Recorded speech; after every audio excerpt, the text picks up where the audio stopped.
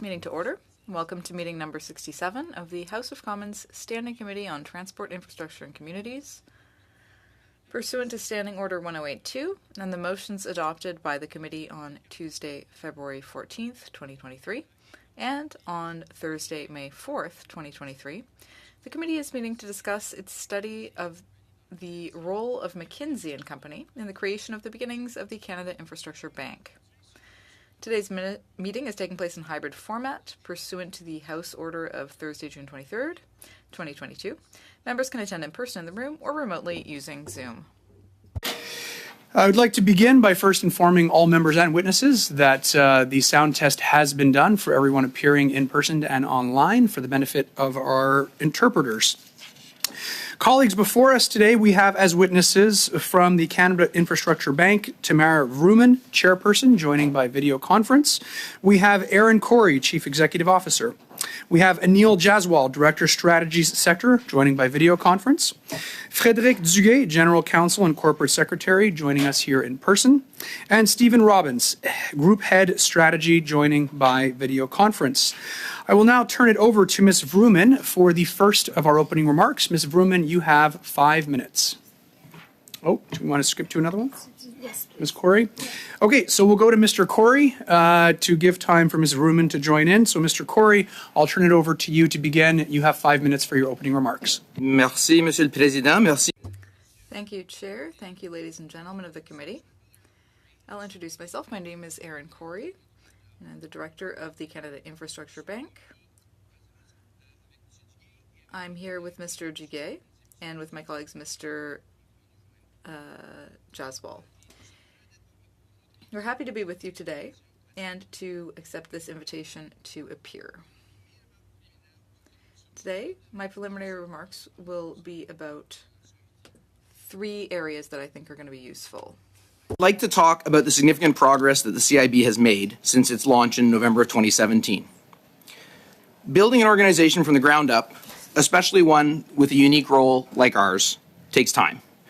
It requires appropriate governance capacity, resources and expertise, investment guardrails, and management policies and practices. Early on, at least from the outside, progress appeared slow as the team built relationships, developed a pipeline of investments, and grew the organization. But we have now hit our stride.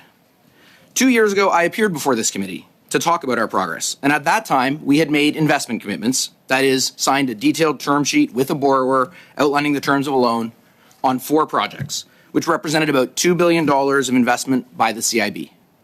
Today, those same numbers are 46 investment commitments and $9.7 billion in CIB capital. And these projects have a total investment value of over $27 billion. Each of these are real investments in real projects. They represent new homes connected to broadband in southern Manitoba and northern Alberta, new district energy solutions in Richmond, BC, Toronto, and Markham, Ontario, new electric buses on the road in Edmonton and on order for Ottawa, Brampton, Calgary, Durham, York, and school bus operators across Quebec. They include the largest renewable power project in Saskatchewan, the largest battery storage project in our country, and one of the largest green hydrogen facilities in the world. Each of these projects also represent innovative partnerships between public and private sectors, partners who can now speak to how the CIB has helped them to move their projects forward. Second, I'd like to speak to the contracts between the CIB and McKinsey. In total, as we've previously reported to Parliament in response to order paper questions, and as I testified at OGO, the value of contracts awarded by the CIB to McKinsey & Company was $1.43 million across 3 projects. To put that in context, it represents about 5% of our cumulative expense on professional service fees. It represents about 1% of our total cumulative operating expenses, and it represents 0.01% of our committed capital. And as previously outlined in my testimony, all 3 of these contracts predate my joining the CIB in November of 2020. Mr. Duguay will speak more to how the contracts were procured, the scope and total value of each contract, and the quality of the work. I will just say that from my review of the output, the work provided by McKinsey in these 3 projects was specialized analysis the CIB was not in a position to prepare on its own in those very early days of the bank's existence. Third, I'd like to speak to the matter of personnel. As testified at OGO, I worked at McKinsey & Company more than a decade ago. However, since 2012, I've been a public servant, first for 8 years at Infrastructure Ontario, and then beginning in late 2020 in my current role with the CIB. There are 3 other CIB employees who also previously worked at McKinsey. Steve Robbins was hired by me at the end of 2020. I worked with Steve at McKinsey before I left in 2012, and he subsequently worked with me at Infrastructure Ontario as well. A year later, in December of 2021, Anil Jaswal was hired, having applied to a public online job posting through our HR department. There is also my executive assistant at the CIB, Lisa Burkett, who previously worked with me at both McKinsey and IO. The 4 of us are just a small portion of the CIB team, which now stands at 125 people. Our team at the CIB is highly diverse, with nearly every person coming with some private sector experience, from the infrastructure development, banking, pension fund, and advisory worlds. This experience is highly valuable as we work to leverage the private sector to get more infrastructure built in our country. All our employees share the desire to build the infrastructure we need to make Canada competitive in a rapidly changing world. None of us were hired for who we know or where we come from, but rather for the skills, experience, and expertise that we bring. I appreciate your attention to the CIB, and I'm looking forward to our discussion. Thank you very much for your opening remarks, Mr. Corey. Next, we will go with Mr. Duguay. Mr. Duguay, the floor is yours. You have 5 minutes. Je vous remercie, Monsieur le Président. Thank you very much, Chair, members of the committee. As Mr. Corey said, my name is Frédéric Duguay. I'm the General Counsel and Secretary of the Canada Infrastructure Bank, and I've been in this position since November 2018. I'm pleased to be here as a witness as part of your study on McKinsey & Company's role in the creation and beginnings of the CIB. To contribute to the committee's study, my remarks will focus on the procurement process and policies that were in place during CIB's startup activities and the contracts awarded to McKinsey.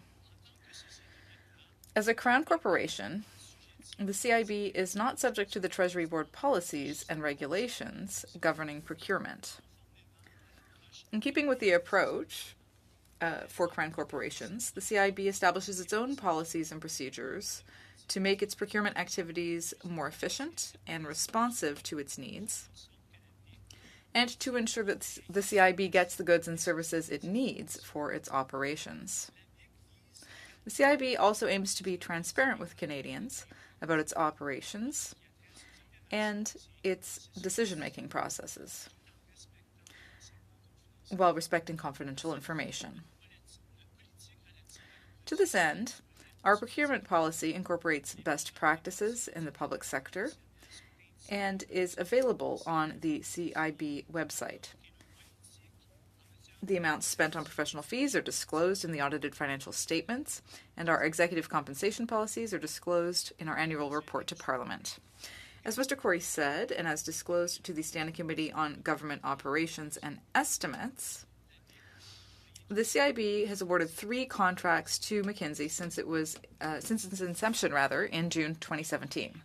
First 2 contracts were awarded under the interim policy put in place for CIB startup activities. The principles of this policy took into account the time frame for hiring staff and receiving investment proposals, and the processes required to make timely procurement decisions. The first contract, awarded in January 2018, was for investment consulting services to support the development of investment criteria. The value of this contract was $390,000.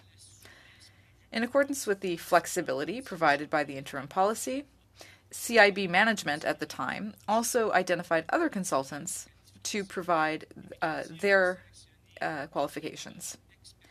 McKinsey was selected based on their expertise in infrastructure and investment projects in Canada and abroad. The second contract was awarded in March of 2018 to develop the enterprise risk management function and to ensure appropriate practices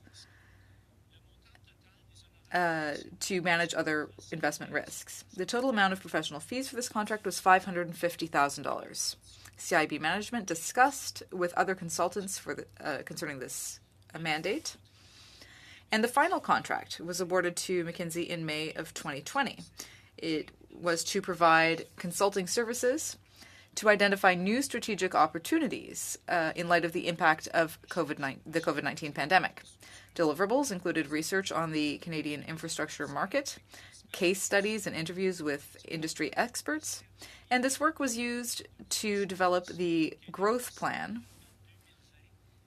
which was announced in October 2020 and which invested $10 billion in major infrastructure projects. The value of this contract was $490,000, and the contract was awarded in accordance with exceptions allowed under the CIB policy in effect at the time and applicable free trade agreements.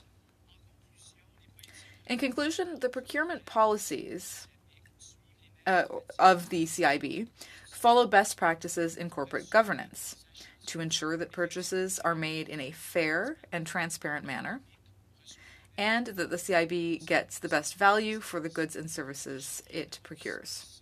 I'm available for any questions that you might have Today. Merci beaucoup, Monsieur Duguay. Thanks very much, Mr. Duguay. I have Mr. Anil Jaswal. Mr. Jaswal, the floor is yours. You have 5 minutes for your opening remarks. Thank you, Mr. Chair and committee members. My name is Anil Jaswal. I am a director on the strategy team at the CIB, where I lead work on measuring the impact of our projects and developing strategies across our priority sectors. I'm happy to be here today as a witness in this committee study. It is important to note that I am a recent employee of the CIB, having joined the organization in December 2021. I was not involved with and do not have knowledge of the beginnings of the CIB or any of the contracts awarded by the CIB to McKinsey. For those reasons, which were previously communicated to the committee, I was not initially put forward as a CIB witness to help inform the committee study. Other CIB staff who may have more relevant knowledge, including our CEO, Aaron Corey, are also here today to best support the study. That being said, in light of the committee's interest in me also appearing, I have joined today to support the committee to the best of my abilities. To assist the committee in identifying where I might be most helpful, I'd like to share a bit about my career and areas of expertise. I did my PhD with a focus on health policy and economics. To further my interest in economics and grow my skills outside academia, I joined McKinsey & Company in August 2016 as an associate consultant in its Montreal office. I worked there for just under 2 years until February 2018. While at McKinsey, I worked on a variety of projects ranging from due diligence of large corporate investments to projects in the natural resources sector. I was not staffed on any federal government or CIB projects. I left McKinsey over 5 years ago, seeking to work in public service and get back to my policy interests. In March 2018, I joined the Federal Public Service, working as a policy advisor at PCO, focused on measuring and supporting achievement of government results. In January 2020, I took on a new role as a policy advisor to the Minister of Finance, where I work primarily on economic and health responses to COVID-19. While in government, I never worked with McKinsey or on the CIB. I'd also like to share a bit about joining the CIB. I joined in December 2021 with an interest in using both my public policy and private sector experiences to support the CIB's goals of advancing infrastructure in the public interest. Having grown up in northern BC, I've seen firsthand the challenges of a lack of infrastructure, as well as the transformative positive impact of getting critical infrastructure built, such as the port development in my North Coast hometown. Wanting to support this area of public policy, I applied to a CIB job posting I saw on LinkedIn. The hiring process was competitive, and I understand there were multiple applicants. I had never met Steve Robbins nor Aaron Corey before applying to the CIB. Before leaving government, as recommended for all exempt staff, I confirmed compliance with the post-employment obligations, including receiving confirmation from the Office of the Ethics Commissioner. Since joining the CIB, I've worked on a variety of topics, including having rolled out a rigorous new standard for how we estimate the greenhouse gas emissions reduction of our projects, as well as supporting CIB's advancement into new sectors. This includes zero-emission vehicle charging infrastructure, for which I'm excited to say we recently announced our first project to almost double the number of public fast chargers in Canada. I'm also currently helping to develop our strategy to support the enabling infrastructure needed for critical minerals development across the country. In closing, since I joined the CIB, It has not awarded any contracts to McKinsey, so as mentioned, others may be better placed to answer your questions in that respect. However, I am happy to assist however I may. Thank you. Thank you very much, Mr. Jaswal. Next, we have Mr. Stephen Robbins. Mr. Robbins, the floor is yours. You have 5 minutes for your opening remarks. Thank you for having me, Mr. Chair and Committee. My name is Stephen Robbins. I'm happy to be here today. I am the head of strategy at the Canada Infrastructure Bank, and I've held this role since December of 2020. I would like to start by speaking briefly about my career history. I began as a business analyst at McKinsey in 2011. My clients range from infrastructure to retail, banking, and metals. In 2013, I joined Infrastructure Ontario as a manager in their transaction structuring group, where I worked in a variety of roles, including engaging with industry partners, organizational change initiatives, and on PPP procurements. In 2014, I left Infrastructure Ontario to pursue graduate studies at Harvard, obtaining a master's in business administration and a master's in public policy. The program was 3 years. While at graduate school, I accepted a role in the New Zealand Treasury Department's PPP unit based in Wellington. Upon graduation, I returned to McKinsey, first as an associate and then as an engagement manager. I worked exclusively in the utility sector in both Canada and the United States. I did not work on any projects with the CIB or with the federal government. In 2019, I then rejoined Infrastructure Ontario as commercial lead for the GTA subway expansion. There, I led the significant, successful effort to bring 4 major subway projects to market simultaneously across the region. I would now like to discuss my hiring at the CIB. In late 2020, Mr. Corey and I discussed my joining the CIB as head of strategy. I had initially worked with Mr. Corey in 2011 when I was a business analyst. Excuse-moi, sorry to interrupt you, Mr. Robbins. I have a point of order. Sure. Il y avait plus de traduction. The interpretation had been interrupted, Mr. Speaker. Mr. Robbins, to ensure that translation continues, it looks like we're having an issue with translation. Est-ce qu'on peut juste vérifier que ça marche présentement? Oui? Tout va bien? Parfait. Sorry about that, Mr. Robbins. Please continue. I'll make sure that your time is not affected by that interruption. I appreciate that. I then worked with, I'll just start in late 2020, Mr. Corey and I discussed my joining the CIB as head of strategy. I had initially worked with Mr. Corey in 2011 when I was a business analyst. I then worked with him at Infrastructure Ontario in 2013 and 2014, where I reported to several managers and delivered results on important projects for the organization. When I returned in 2019 as commercial lead for subway expansion, I took on a significant leadership role and delivered results. All 4 Toronto subway projects are now under construction. In this role, I worked closely with Aaron. When Mr. Corey and I discussed the role at CIB, it was clear how my skills and experiences could contribute to the success of the CIB. Since joining the CIB, I have led the development of our corporate plans, which outline our process for making investment decisions, and the development of our inaugural Sustainability and Impact Report. I work closely with our investment leads to develop approaches for new areas of investment. For example, our initiative in clean fuels, where we have invested in the Varennes Carbon Recycling Project, one of the world's first at-scale biorefineries producing biofuels with green hydrogen, creating jobs and reducing emissions, or our investment in the Darlington Small Modular Reactor Project. I also lead our research partnerships, like our recent Green Retrofit Economy study with the Canada Green Building Council. Finally, I also led the hiring of Anil Jaswal, as he was hired directly into my department. My department has 9 employees. Mr. Jaswal is the only employee with experience working at McKinsey. The remaining team came to the CIB from a mix of public and private sector backgrounds. The hiring process was open and competitive. It arose through a public job posting. Several candidates applied and were considered. Candidates from many backgrounds, including those with consulting experience from a variety of firms, were interviewed. I first met Mr. Jaswal through this interview process. He was the most qualified candidate. He has a doctorate from Oxford and past work experience in both the public and private sectors. He was hired up based on his extensive skill set, his commitment to public service, and his diverse prior work experience. One of his core responsibilities is the development of the results framework in our corporate plan. His work at the Privy Council office is particularly relevant to the role. His experience as a consultant was not the driving force behind his hiring. His academic credentials paired with his public and private work experience was key. This role needed to equally understand government and investment structuring. He has been a great hire. Finally, I'd like to speak to the contracts awarded by the CIB to McKinsey. To be clear, since I joined the CIB, the corporation has not awarded any contracts with McKinsey. When I was at McKinsey, I was not involved in the CIB contracts or any other contracts with the federal government in any way. Since I had no involvement in any of the contracts awarded to McKinsey and was not here at the beginning, others may be better placed to answer specific questions about these topics.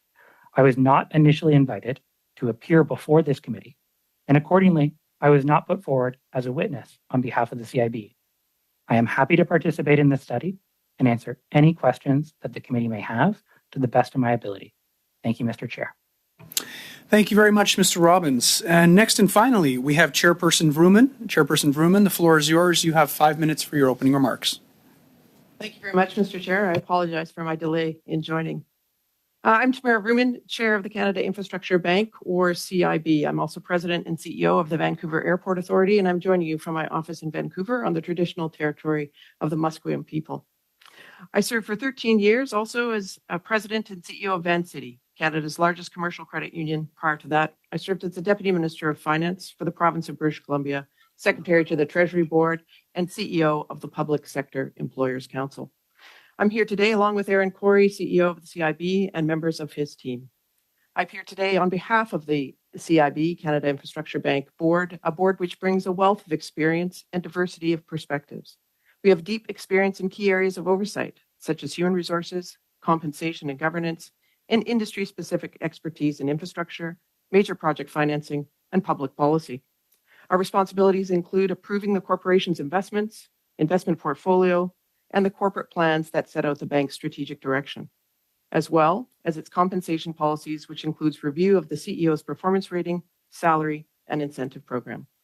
We ensure the highest standards of corporate governance and board effectiveness are respected. Canada has an estimated infrastructure deficit of well over $100 billion. The last period of significant infrastructure investment, in fact, in our country was dated around World War II.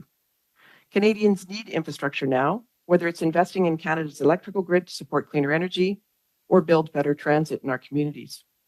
But our tax dollars are finite. The government cannot pay for all of the infrastructure itself, which is where the help of the private sector comes in. The CIB makes investing in infrastructure and the public interest more attractive to the private sector by using innovative financial tools to de-risk the investment and incentivize the private sector to spend on infrastructure. With impact as its bottom line, the CIB prioritizes consideration of sustainable outcomes, which drive investment decisions. The CIB has made very significant progress with an increase in both pace and volume of its investments over the last 2 years. As at the end of this past fiscal year, the CIB has made a total of 46 investment commitments, 42 of which have reached financial close. From coast to coast to coast, the CIB is delivering public good outcomes for Canadians across 5 priority sectors: clean power, green infrastructure, broadband connectivity, trade and transportation, and public transit.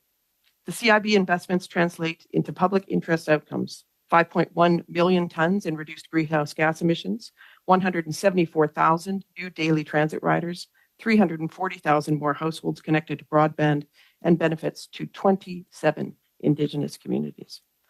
The bank has built relationships in its key sectors and is being sought out earlier on potential partnerships. The market now has a better understanding of what CIB does and how to work with us.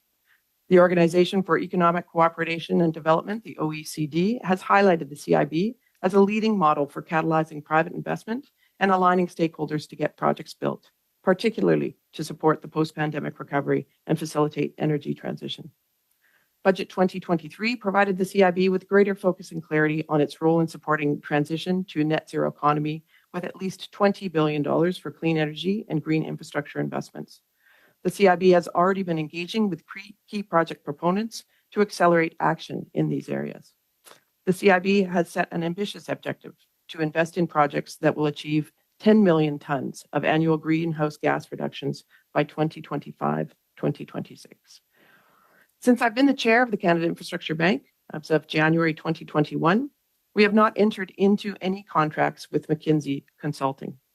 All three contracts that the bank previously entered into predate my arrival. I believe Mr. Corey and Mr. Duque will speak on the procurement processes in more detail. Thank you very much to the committee for inviting us. I look forward to participating in these proceedings. Thank you. Thank you very much, Chairperson Vrooman. We'll begin our line of questioning today with Dr. Lewis. Dr. Lewis, the floor is yours. You have 6 minutes. Thank you, Chair, and I would like to thank the witnesses for coming today. My first set of questions is for the CEO of McKinsey, Mr. Corey. Mr. Corey, I just want to start by stating that it's been quite disappointing the manner in which the Canada Infrastructural Bank employees have responded to our request for them to appear before committee. And I'm actually very glad to see you here today. It's a pleasure to meet you in person. However, with all due respect, you were not around at the beginning of when the bank was created and the contracts were awarded. And as a former McKinsey partner for 10 years, your answers are going to largely be limited to your time at the Infrastructure Bank, which was from November 2020, correct? Now, with all due respect, by virtue of that fact, that you've only been at the bank for 2.5 years, you are really not the most informed person to speak to the earlier relationships between McKinsey and the bank. Is that correct? I can certainly, thank you for the question, Chair. I can certainly, in my capacity as CEO, speak to the outcomes of the work that was done, which I've reviewed. I can speak to the materials that have been submitted in previous committees like OGO, but the member's question is accurate. I was not here in the time at the outset of the bank. That's why, Chair, part of why Mr. Duguay has joined me. He has been the general counsel at the organization for just over 4 years. So brings a bit more corporate history. But the reality is we are a young organization. The first employee, full-time employee, was hired only 5 years ago. And so we've been ramping up since then. Okay, thank you. So in your annual reports, you list professional fees in your financial statement. May I ask why the CIB's annual reports do not provide information on the contracts it has with external consultants? I'm sorry, maybe could you repeat the question? I'm not sure I understood, Chair. Okay. Your financial statements do not list there's nowhere that we could see which contracts you have with external consultants and who those external consultants are, correct? I understand. Well, our financial statements do outline our expenditure on advisory services on external firms. It does not break them down by individual firm, if that's the member's questions, but it certainly does outline our expenditure, which I could just in general break down into 2 categories if it's helpful. One, we spend money on third parties on deal-related stuff. This would be transaction advisors, power market advisors, legal advice, that sort of thing. We call that investment-related external advice. And then separately, we have corporate external advice. Our auditors, for instance, we hired a firm last year to help us with our HR practices. So that's sort of corporate consulting. So is that what the $14 million includes, those 2 categories? They include each a year we break down our external expenditures. It is those 2 categories. Because you testified that you have 25 employees? 125 employees. Now. And it's highly diverse and qualified employees that you have. So why do you need so many outside consultants? Thank you for the question. So as I was in my breakdown, what's important to note is the vast majority of our spend on external advisors is on those deal-related items. So when we're doing an investment in, for instance, hydrogen, which is one of the important areas of exploration, we've engaged people on a deal, on a transaction to help us assess what's the market for hydrogen look like in the next 5 to 10 years. What's the delivered cost going to be? So there's a lot of technical advice we're getting. Those are investment-related costs. As I say, that also leads to, there are also financial advisors, legal advisors, engineering service and support to help us cost the projects, those sorts of things. So the vast majority of our external expenditure is for those deal-related activities. And does any of those, does any of that include McKinsey consultation? None of that has included McKinsey consultation. Okay, if I can just turn to a letter that you wrote to the government operations and estimates. And on page 2, you listed essentially 3 contracts, Mr. Corey. And the contracts totaled $1.43 million. Is that correct? That's correct. Isn't it true that there were actually more than 3 contracts? There were actually 5 contracts? I appreciate the chance to clarify. Some of the work was done in 2 phases. So when we say 3 contracts, there were 3 contracts in point of fact. But in 2 cases, there was a phase A and a phase B and 2 invoices sent. The $1.43 million covers all work done with McKinsey.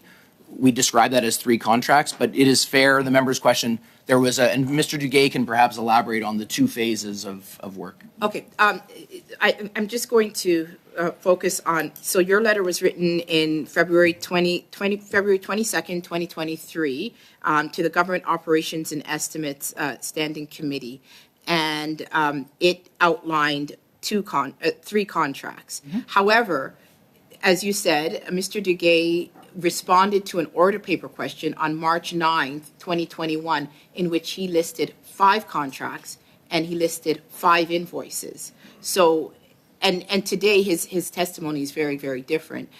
So can you elaborate on why you only listed 3 contracts and why they were not broken down? 20-second response, please. Of course, Mr. Chair, and I'll just say that there is no discrepancy. They represent the same scopes of work. They were 3 contracts, 3 scoped items of work. 2 of them had a Part A and a Part B. So when we, in response to the order paper question, we listed them by invoice. So it showed up as 5 line items. It's the exact same scope of work, same quantum, same timeframes. Thank you If I very may much. add, Mr. Chair, all of those materials were provided to OGO, and the materials provided to OGO show the work that was provided under each of the statements of work for these contracts and the invoices received. And as Mr. Corey points out, with respect to the risk management work that I alluded to earlier in my remarks, there were 2 invoices because there were 2 scopes of work in respect of that. And the last contract concluded in 2020, there were also 2 invoices provided for that contract. Thank you very much, Mr. Duguay, and thank you, Dr. Lewis. Next, we have Mr. Badaway. Mr. Badaway, the floor is yours. Thank you, Mr. Chair. And I want to preface my comments by saying not only thank you for being here today, but my questions are going to be concentrating on the business of government versus the politics of government. So I'm not here to cross-examine you. I'm here to contribute to the overall study. And with that said, to be productive with how we move forward on the business of government, specifically, and as you stated earlier, and it's on your website, with the partnerships in public, private, indigenous groups to fill gaps, structural, economic, and commercial risk, which will result in more resilient, sustainable, and prosperous communities throughout the country. So I want to get a bit more granular on that, and in terms of the innovative partnerships that you've been able to accrue over time. And I guess the biggest part is the leveraging that you actually provide. And I underline and bold that word leveraging, to both expedite needed infrastructure work, and secondly, to alleviate the financial burden on, for example, within communities, on property taxpayers, and also on the water bills based on the capital work that you actually partner to do. And of course, with that, leveraging the funding that you bring to the table to once again take that burden off the property taxpayer or the wastewater ratepayer. So can you comment a bit on that in terms of that productivity that the CIB offers those communities? Thank you. I appreciate the question, Mr. Chair. And it is, as Tamara outlined in her comments, you have to start from the deficit we face in our infrastructure across the country. And the reality is there is no one solution to that level of deficit. It's going to take all of the tools in the toolkit. And there's certainly a place for traditionally publicly funded, publicly financed infrastructure. We need that, and we have it across our country, from our public schools to our highway networks to our healthcare system. That will continue to be true. But there's a class of infrastructure, to the member's question, that has some economics to it. It has some commercial element, but the private sector can't and won't do it alone, often because of risk or uncertainty. So to use an example that we often talk about, and Mr. Jaswal mentioned in his opening remarks, around electric vehicle charging. Let me just pick one example. There are entrepreneurs across this country looking to build out EV charging networks, and that's great. Those entrepreneurs also look at a very uncertain world. They look at uncertainty around how quickly adoption will take place, what the supply chains for EV will look like, how quickly people will get over their range anxiety and make that conversion. So if you started a business, Mr. Chair, and you were going to build out a network of EV chargers, you would have to be really cautious. You'd build out a few chargers next year and a few the year after that, and you would slowly, in a commercial way, do that. The leverage that the member asks about, what we're trying to do is accelerate that build out by providing a loan to a private sector builder of EV charging that allows them to go much faster than they would otherwise, and that says to them, you will pay us back as your business performs. If it takes longer for adoption to happen, our loan terms actually will defer. Very different than what a bank would do, very different than a kind of loan they would find in the market. That's what we can do with public monies in a loan. Just to be clear, everything the CIB does is a loan or an equity investment. We don't have a single dollar of granting. But what we can do with public taxpayers' money in a loan structure is be flexible, take long time horizons, and take uncertainty. So that's how we're getting the leverage that the member asks about. Thank you. And to take it a step further, and I'll concentrate my next question on community strategic planning. And of course, with that, the second part of that is dealing with interofficial plans or secondary plans. And of course, in Ontario, for example, they have the Public Services Accounting Board, PSAB. And with that, the encouragement that the province puts on municipalities when it comes to asset management. And that's wonderful. It's a discipline that all municipalities should abide by. The challenge, however, and to be disciplined under it and to complete that is in fact the financing of an asset management plan, right, vis-a-vis the life cycle, the repair maintenance, and of course, after 30 or 40 years, the replacement of that asset, which ultimately defaults the property taxpayer and or the wastewater ratepayer through their water bills and their capital fixed rate. So with that said, and the challenge that municipalities have, and on top of that, them trying to promote their economy with partners within the economics and the niches that they have within their jurisdiction, again, how does the bank actually add that leveraging within those strategic plans to really move forward the desires by each jurisdiction with respect to advancing their economy? This is a really important question, Mr. Chair, and I appreciate it. The reality is for so many, infrastructure is truly an investment. And I think that word gets overused, but infrastructure truly is. Spending money to upgrade water and wastewater treatment facilities, for instance, as the member asked about, is a classic example. There is, over the long run, a way to bring down costs for a community that may be on septic beds, a community that may be trucking their waste to a nearby community to get treated because they can't manage the upfront cost. But over the long run, there's a benefit to ratepayers and taxpayers.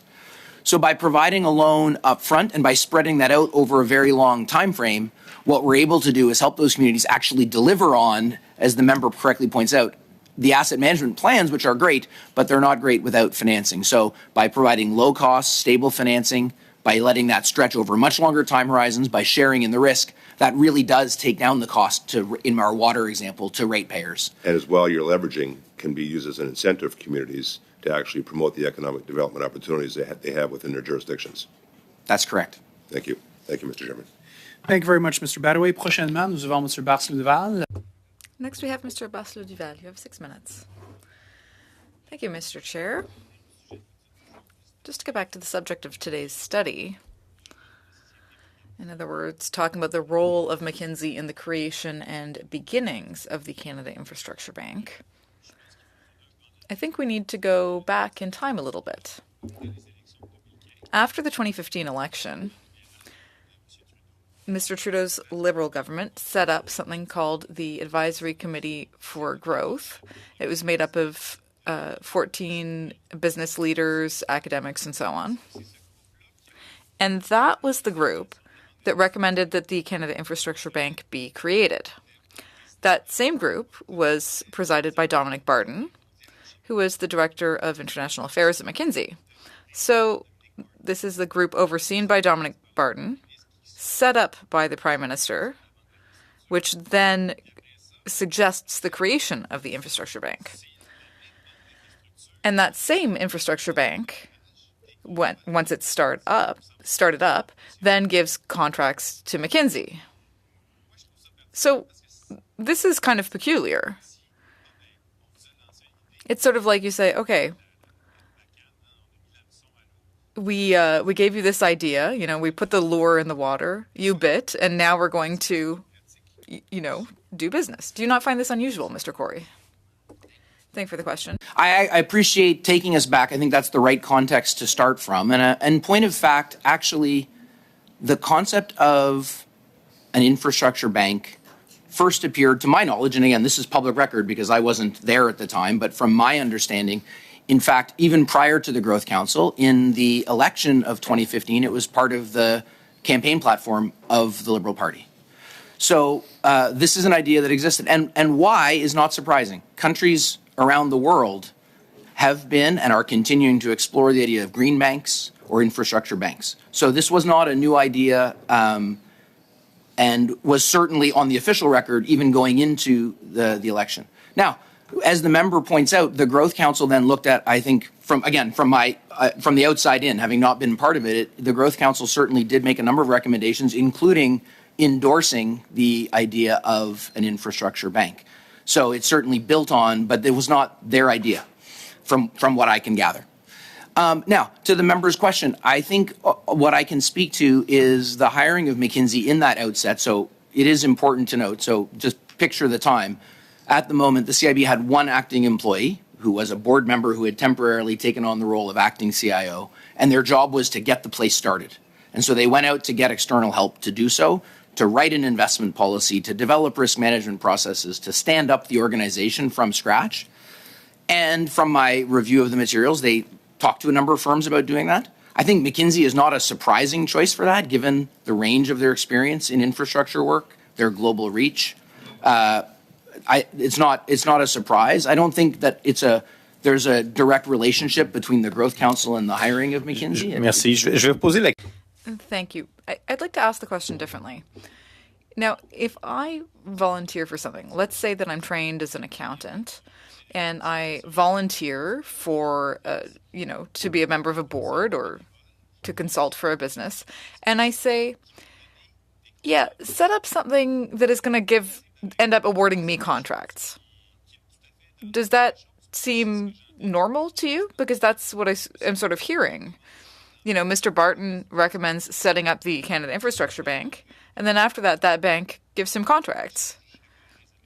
I wouldn't be comfortable with that, but it seems that you are very comfortable with that. So I'm just trying to understand.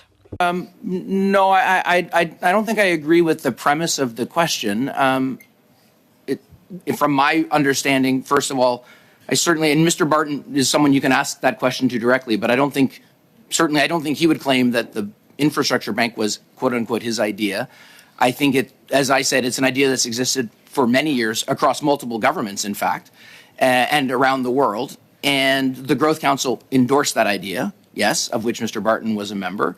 And then the CIB got started, and one of the first things that the board of the CIB, I mentioned there was one employee, there was also a board chair at the time, Ms. Fukakusa, and I think together they went out to the market to get help to stand the organization up. I'm not saying that I don't see anything untoward in that. Je vais vous poser une autre question. I'll ask another question. Is it perhaps that you don't see a problem with this because you're used to dealing with institutions like McKinsey where there are sometimes, where it's sometimes hard to find a distinction between government and private enterprise? I mean, is a possible consequence of that maybe that, it kind of muddies the water? And that you can't actually see the distinction between government and business. In my work at McKinsey, as the member mentions, I was there for over a decade, and I did work in the infrastructure, in the minerals, mining, and energy, and in the public sector. I worked for provinces, both Ontario, Saskatchewan. Did some consulting even to the federal government. And I can tell you every project I ever did in my time at McKinsey, 15 years ago, was competitively bid, was response to an RFP, was incredibly rigorous, and the Government of Canada was a client, as were many provinces, and in all of that work, we bid competitively against others. There was no relationship other than we brought expertise and global insights that helped governments move forward. Thank you very much, Mr. Corey. Merci, Mr. Barcelou-Duval. Next, we have Mr. Bachrach. Mr. Bachrach, the floor is yours. You have 6 minutes. Thank you very much, Mr. Chair. Picking up on my colleague's commentary, I think for members of the public watching this meeting and listening to the testimony, it paints a certain picture. You have Dominic Barton, the managing director of McKinsey, who's intimately involved in the conception of the bank. The bank then hires his company to stand up the bank. And now we have a meeting with 3 of the 5 witnesses before us who are former McKinsey employees. Like, I don't think it takes, it doesn't take much to see a certain picture there. But I want to take us down a different path. In April 2001, the CIB signed an agreement in principle to invest $655 million in the Lake Erie Connector Project, an underground transmission line that was going to deliver power from Ontario to Pennsylvania. ITC, the proponent of the project, is a massive company. I think in 2022, it had $48 billion in assets. It's about twice the size of the infrastructure bank. Why did a company this big need the bank's help in getting this project to go? Mr. Corey. Thank you, member. Thank you, Chair, for the question. I think it's an important one to discuss. So as I was describing in one of my earlier answers, fundamentally what we're trying to do with our lending, and it is, as I say, all in the form of loans, is to make projects happen that are stuck. And the Lake Erie Connector project, quite a classic example, that project has been on the books for more than a decade and hasn't been getting built. And the reason is because it's a costly line and one with really uncertain trade volumes. It depends on what happens in the shutdown or extension of nuclear plants in Ontario. It depends on growth in the renewable sector in Ontario, and it certainly depends on what happens in the market it connects to in Pennsylvania and Ohio. The project rates of return that we saw when we engaged with the company were well below their investment criteria, and they weren't moving forward with the project. So the idea, Mr. Chair, of us making a loan to a project like that is to invest money, help share in the risk, help them to manage the risk of the project so it moves forward. They were, to be clear, putting in more money than we were into the project. They have lots of skin in the game, and they had lots of investment themselves. But our loan, and it is a loan, was designed to help improve the economics just enough that they could move forward with the project. Did the bank approach ITC or did ITC approach the bank? I can't answer that question with certainty. That was right near the start of my time, but my recollection is that they approached us first, but I would have to confirm on that, if I may. Mr. Corvo, I'm not sure if I got the pronunciation correct, a spokesperson for the bank, was quoted as saying, the private sector in partnership with the CIB can play a role in delivering important infrastructure. Without CIB acting as a catalyst for private sector investment, it could mean decades of waiting until the risk and economics are addressed. So we're talking about de-risking a project that the private sector isn't willing to move forward with. And this is really interesting because one of the primary arguments that proponents of public-private partnerships make when arguing for P3s is that it transfers risk off the public sector and onto the private sector. Here's a case where we're talking about transferring risk from the private sector onto the public sector. Under what circumstances should the public sector, should Canadian taxpayers, Canadian citizens, assume risk that the private sector isn't willing to bear? That's an excellent question. Thank you for it, and thank you for the chance to respond. The infrastructure deficit in our country is such that if we want to build long-run assets, new transmission across our country, new forms of clean energy across our country, my electric vehicle charging example that I gave to the member opposite earlier, those projects all face uncertainty or risk gaps that stops the private sector from moving forward today. And as Canadians, I think the exact purpose of an infrastructure bank is to help bridge that gap. Not to provide an outsized benefit to the public sector, to the private sector in any way, shape, or form, but to help bridge the gap. To use the Lake Erie example, that project was estimated to create significant public benefit in the form of GHG emission reductions on both sides of the border, and the benefit, therefore, of advancing the project without having to do it under purely a public model and by having some private sector money beside ours was to move it forward faster and to get that public benefit. So I think what you're saying, Mr. Corey, is that the public good here was the emissions reductions, and the assumption was that there was going to be a surplus of clean energy from Ontario that we could sell to the Americans. Now, what analysis did the bank base that assumption on? Because by many people's read, there is no surplus of clean energy from Ontario. In fact, the province is going to meet most of future demand by burning gas, which is a fossil fuel. Where was this clean energy going to come from? And was there any data that the bank used to come to the assumption that this project was going to reduce emissions? Thank you. So two things I'll say about that. One, we would always start, and did in the case of the Lake Erie Connector Line, with a discussion with the electricity system operator, in that case the ISO in Ontario. The ISO approved the project and signed a contract to move forward. So there's a regulator in the energy markets in each of them that are actually thinking about supply and demand, and the ISO deemed the project necessary. So that's No, but not necessary versus reducing emissions are two different things. Agreed. Did the ISO say that it would reduce emissions? The ISO agreed with the analysis that it would reduce emissions, yes. And this, to answer that part of the question, we hired, this goes back actually to Dr. Lewis's question from earlier, we hired an external advisor, a consulting firm who understand power markets, to do a modeling exercise for us of a whole range of scenarios of what might happen in both markets, both sides of the border. Why did the bank not invest in the project? Sorry, unfortunately, we have no time left for that line of questioning. You do have another line of questioning coming up, Mr. Bachrach. Thank you, Mr. Corey.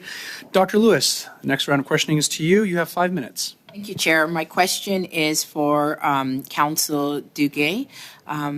You had testified earlier that about transparency in the procurement policy. So I'd like to ask you some questions about that. We have some incongruent information that I touched upon in the order paper of May 9, 2021, provided to the Government Operations Committee. And in that response, as I stated, you listed 5 contracts back in March of 2021 that the Infrastructure Bank engaged in with McKinsey. And the bank's submissions later to the Government Operations Committee says 3 contracts. And indeed, the document provided to us by you includes 5 invoices, not 3. So as a lawyer, I know that you have both a fiduciary obligation to the CIB and a professional obligation as a lawyer. So is it fair for me to conclude that since you provided 5 invoices and you listed 5 contracts on your order paper disclosure, that there were actually 5 contracts and you could internally divide them up the way that they were, but these invoices and these payments and these descriptions shows 5 different engagements. Is that correct? Thank you for the question. I disagree with the premise of the question, and let me explain why.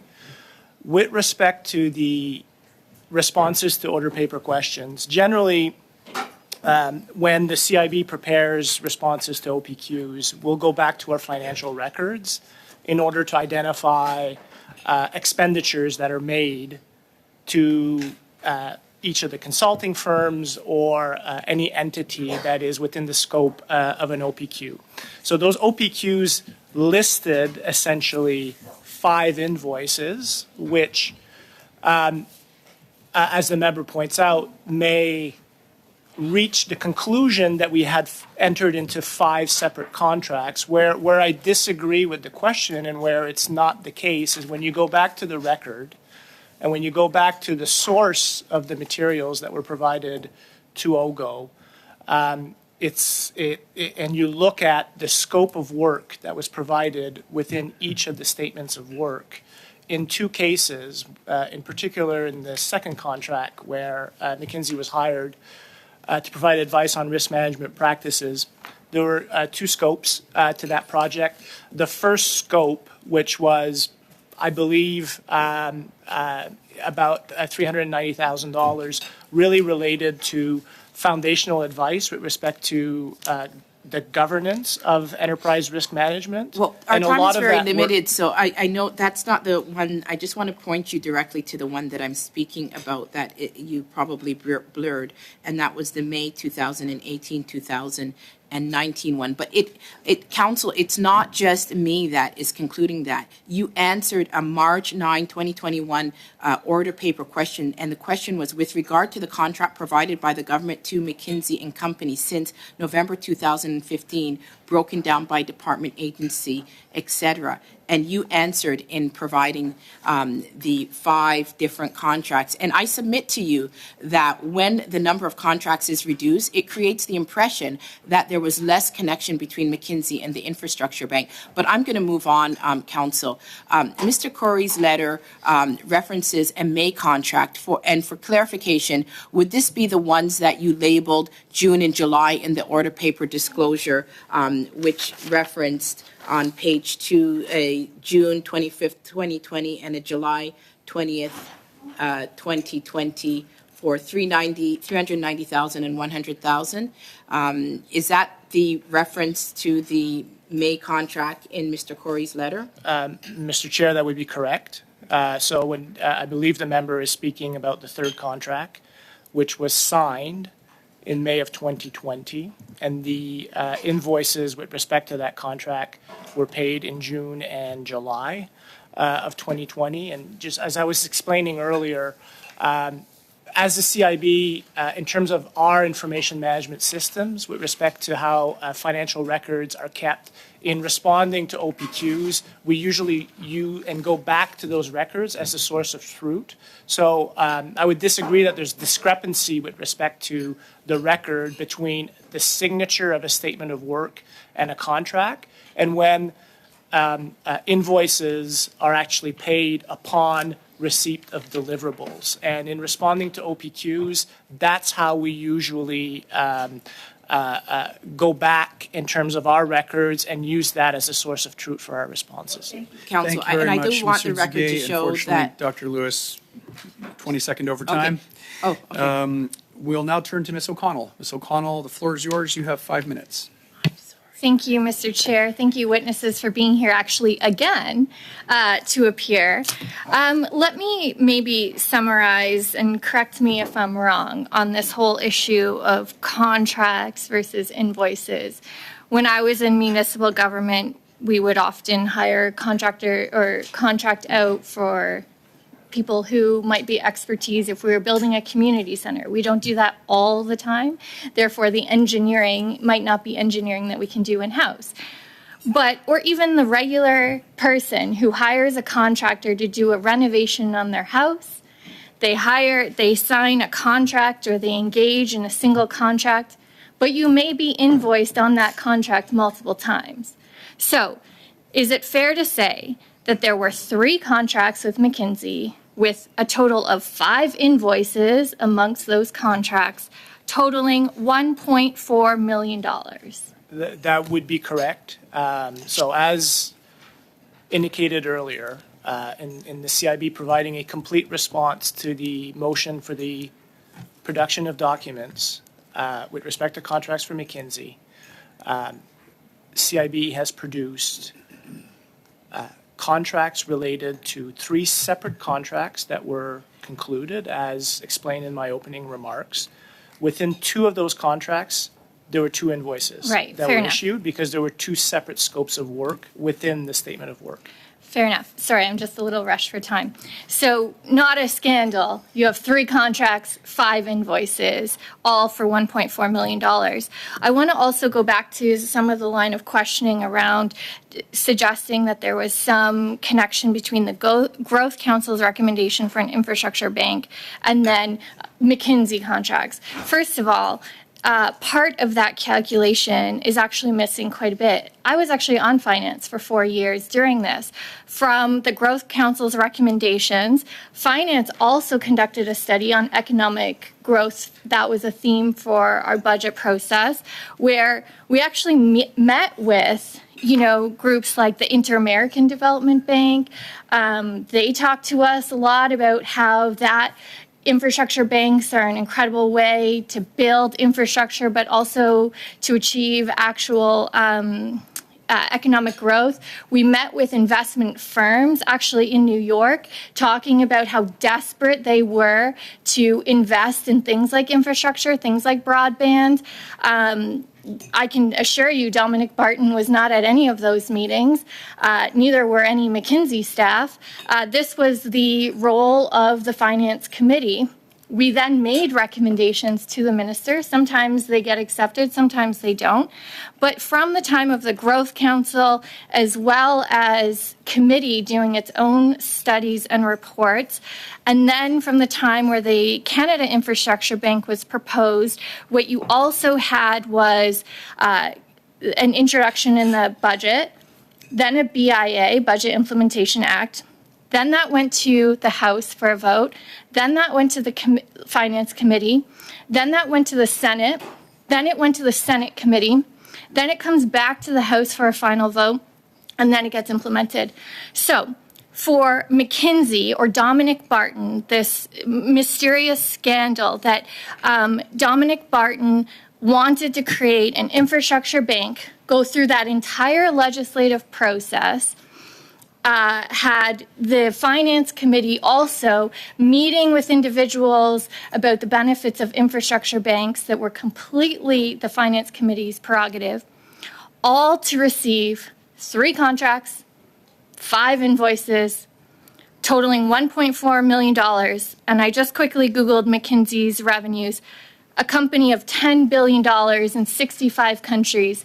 They went through all of that legislative process, went through all of this, I guess, mind reading of Finance Committee to know where we were going to study, where we were going to go, who we were going to meet with, for 3 contracts. I lay that out there, Mr. Chair, because it is this like weaving of a connection that really just doesn't exist when there was actually a lot of work done at the time on the Finance Committee about infrastructure banks all over the world.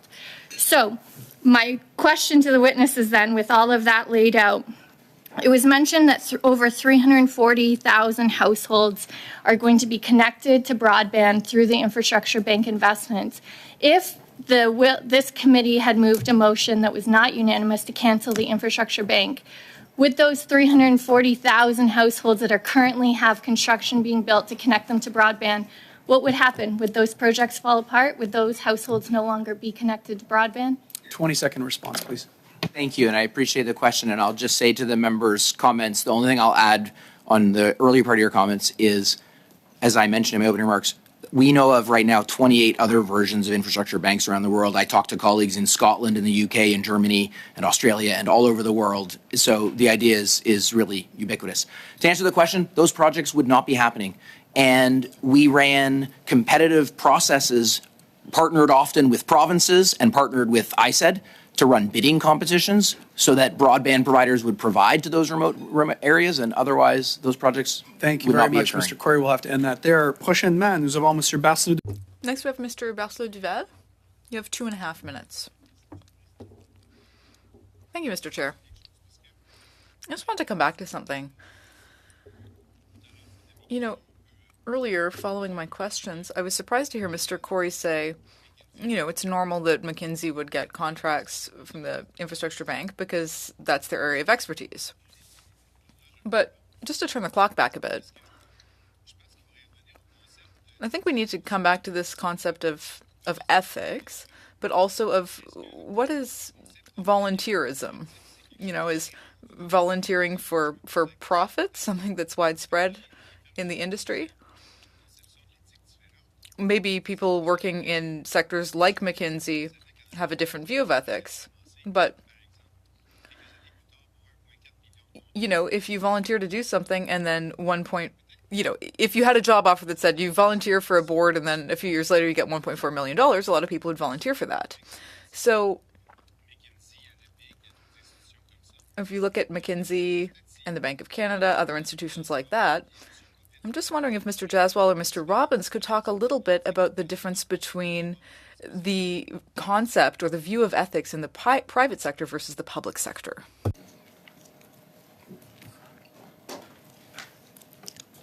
Sorry, Mr. Robbins, just to interrupt you, but your microphone is on mute. Thank you for the question. Perhaps I can start. I can confirm for the committee I didn't do any work with the federal government or with respect to the CIB during my time at McKinsey. I think in my experience at McKinsey, I would occasionally do a pro bono engagement And that would be the end of things. When I, as a public servant, the thing that I think we do across all of our projects is follow our procurement policy. When we need to engage external advisors, we engage with the various market participants. We reach out through an RFP or through some form of invitation, solicit feedback from the market, and then select the best proposal that delivers the most value for Canadians. Perhaps Mr. Corey could add anything more to that. J'aurais peut-être aimé entendre M. Jaswal. En fait, I would have liked to hear Mr. Jaswal on that. I guess my question is, in your view, what's the difference between the view of ethics in the private sector versus the public sector? Is there any kind of difference that would explain this situation? Thank you, Mr. Chair. Happy to comment. I think it's an interesting question. It's a bit of a broad question. I think commenting on ethics of different sectors of the economy. I've been fortunate to work in a few of them. I think every place I've worked has its own ethics guidelines and policies and procedures. And, I'm really excited to be in the public service. So I think you get to work on things that deliver impact for the public, for Canadians. In the private sector, sometimes you are working on different objectives of helping a company sell more of its product or achieve growth. Thank you very much, Mr. Jaswal. We'll have to leave that there for that line of questioning. Next, we have Mr. Bachrach. Mr. Bachrach, the floor is yours. You have 2.5 minutes. Thank you, Mr. Chair. Picking up where I left off, if I understood Mr. Corey's responses to my previous questions correctly, the CIB conducted some sort of analysis of the Lake Erie Connector and concluded that it would reduce emissions by exporting clean energy to the United States. Mr. Corey, would you be willing to table with the committee that analysis so that we can better understand the assumptions behind it? Thank you. Just maybe to clarify first, the reduction in greenhouse gas emissions actually occurred it was both export and import, and let me talk about why. In our modeling, the Ontario grid goes through a period, especially once the nuclear plants provide about half of the energy in Ontario right now, go through either shutdown or refurbishment, depending. There's actually quite a bit of import. Or, if not import, there's a lot of increased gas production in Ontario's grid in the late 20s and 30s. That was our modeling at the time. This is a few years ago. Of course, things have changed since then. There's a small modular reactor now under construction at Darlington. There's the potential for life extension at Pickering. So things have changed, to the member's question. But at the time, 2 years ago, from my recollection of the analysis, actually the GHG benefits were significant on both sides of the border, and it depended on time. This is a 40-year project, so the electrons flow both ways. So you're going to import clean energy from Pennsylvania? Was there a surplus of clean energy available? In the medium term, we were going to be importing energy that would be less carbon intensive than using gas to fill base load in Ontario. So that was our analysis. Back to my original question, would you be willing to table with the committee that analysis? I'm sure it's based on publicly available information. I think committee members would find it very instructive to have the analysis and understand the assumptions. So the analysis is proprietary. As I mentioned, we hired a third-party firm to develop models with us. But Mr. Corey, it's a public bank. This is taxpayer money. Don't you think Canadian taxpayers deserve to understand some of the thinking behind how the bank makes investments? For sure, and we try and be really transparent. If you go to our website for every investment, you would find the thesis of why we made the investment. But to answer the member's question, Mr. Chair, we try and be as open as possible. So if it's the will of the committee, happy to take back and figure out what could be shared from our materials. Okay, I'd appreciate that. Why did the board of the CIB not approve the investment in the Lake Erie Connector? Well, the chair of my board's here, so I can turn it to her momentarily. But just factually, the board did approve the investment initially. So that the premise, just to reframe, what happened, and you ended your questioning here last time, so I'll maybe pick it up. You asked why didn't we then invest? The answer is because subsequent to our investment commitment, and this is why we talk about investment commitments, we sign a term sheet, and then you move through due diligence, and then you eventually get to a financial close, a credit agreement, signed document. Sure. In that time frame, one important thing happened, which is supply chains in our world went pretty haywire. Cost escalation in the project went quite significant, and the cost of the project, both we and the private sector operator, ITC, both deemed that given the cost increases, it was no longer good value for money. Thank you very much, Mr. Chair, if I may, just on a point of order. Sure. Point of order. Could I request that the committee formally ask for the analysis regarding the Lake Erie Connector and greenhouse gas reductions? Maybe we can deal with that at the end of the meeting, but sure, I know I'll there's make a sure that process we have by time which to we deal can with that. formally. It looks like we will have indeed 5 minutes to be able to do that. Thank you very much. Thank you, Mr. Backrack. Next, we have Dr. Lewis. Dr. Lewis, the floor is yours. You have 5 minutes. Thank you.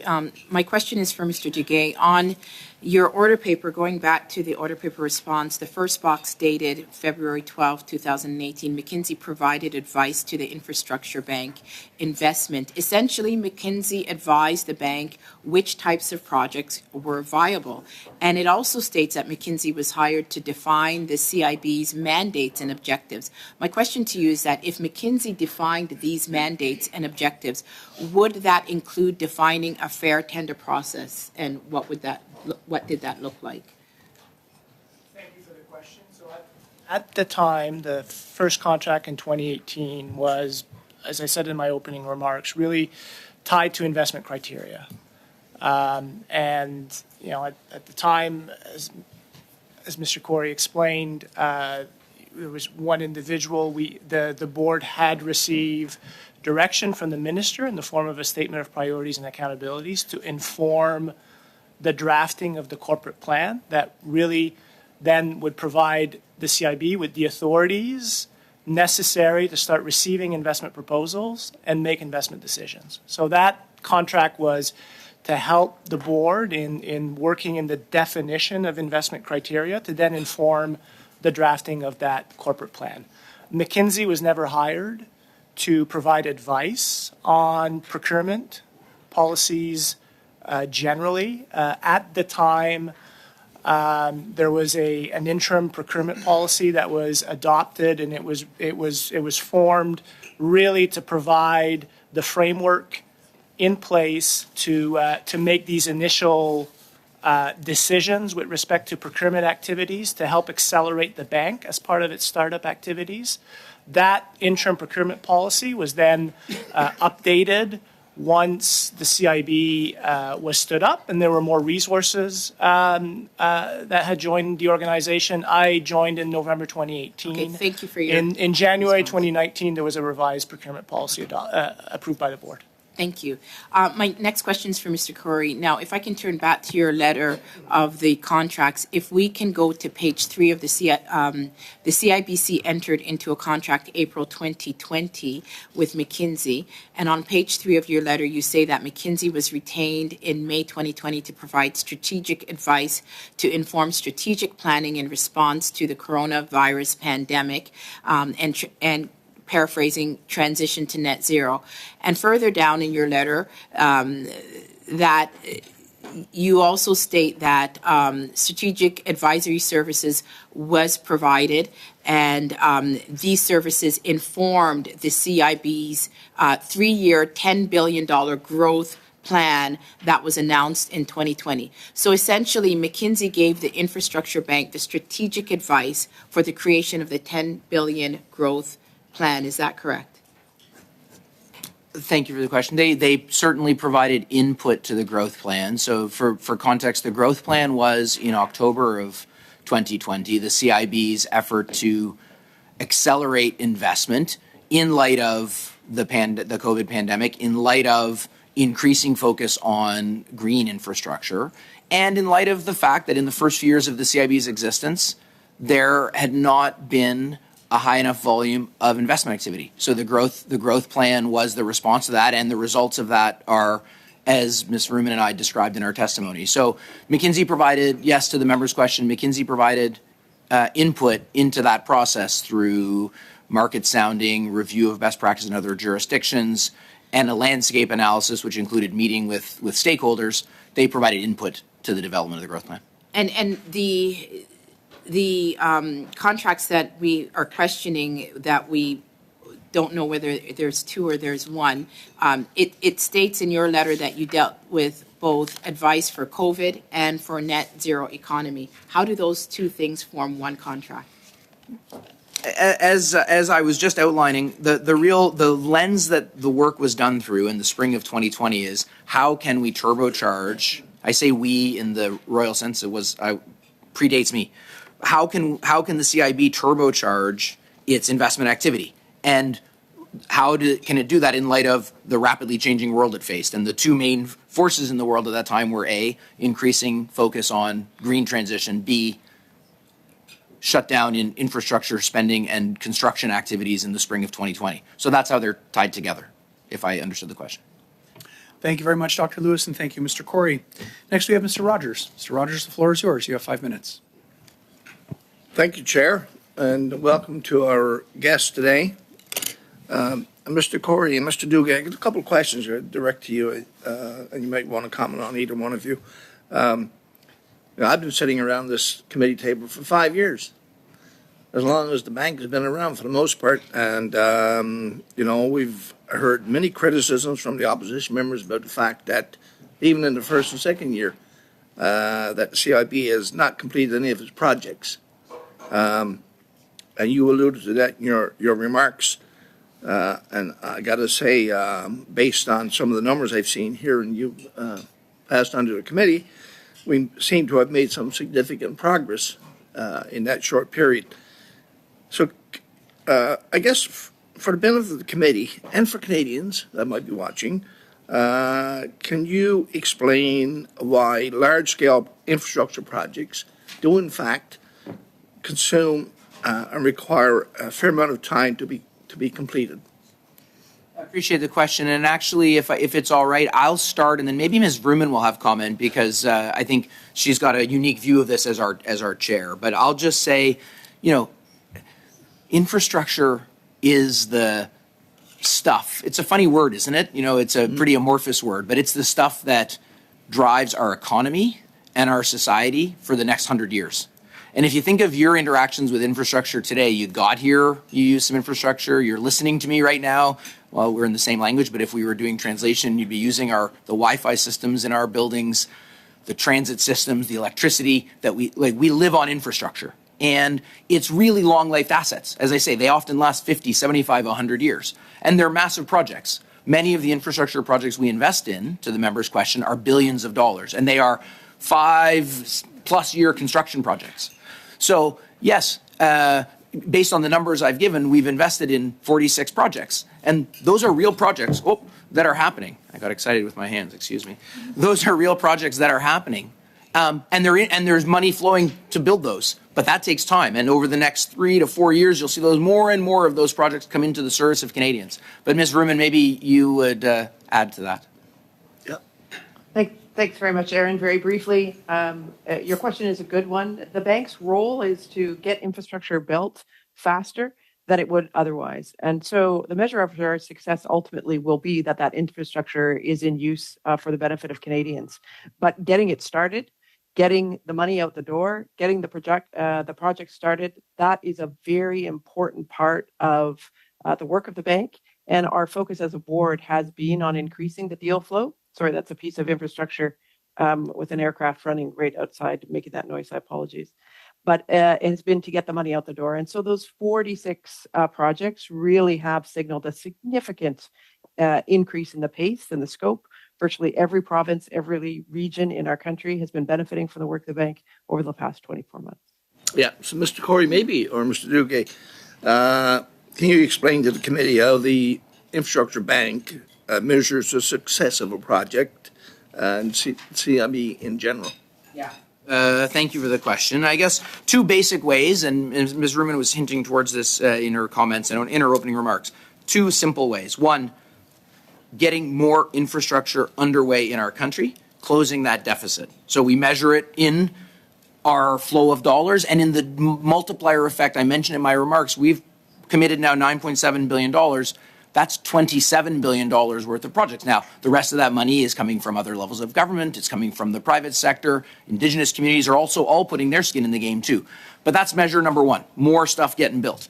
Measure number two is what is the benefit? What are the outcomes that infrastructure delivers? And that can be, as I mentioned, and it came up in Member O'Connell's question, new homes connected to broadband or new people able to access transit, new people able to access charging infrastructure, new people able to use low-cost electricity and get off of diesel and other forms of electricity. So we measure it on outcomes. Hectares of irrigated land in Alberta that we've been able to provide new irrigation services to and increase the productivity of crops. So we call that our outcome measures. Yeah, we so report on them every year. Canadians is immense. And the impact of those things is where that's where infrastructure goes from concrete and steel to benefit to Canadians. That's correct. Thank you very much. Thank you very much, Mr. Rogers. Next, we have Dr. Lewis. Dr. Lewis, the floor is yours. You have 5 minutes. Thank you. Okay, so with respect to the $10 million growth fund project, is it fair to assume that McKinsey basically provided the strategic advice for that creation, and that basically that advice informed the creation of the $10 billion growth fund project? Thank you for the question. No, to be very clear, the growth plan was very much a plan of the CIB's board and its management team, developed over the course of from April until September of 2020. McKinsey provided, from my review of the records, provided important insight into that, but it is not theirs to develop. That's management's, and was developed by management and the board jointly and tabled in October of 2020, just before I joined the CIB in November. Right, but you said that your consultation informed that project.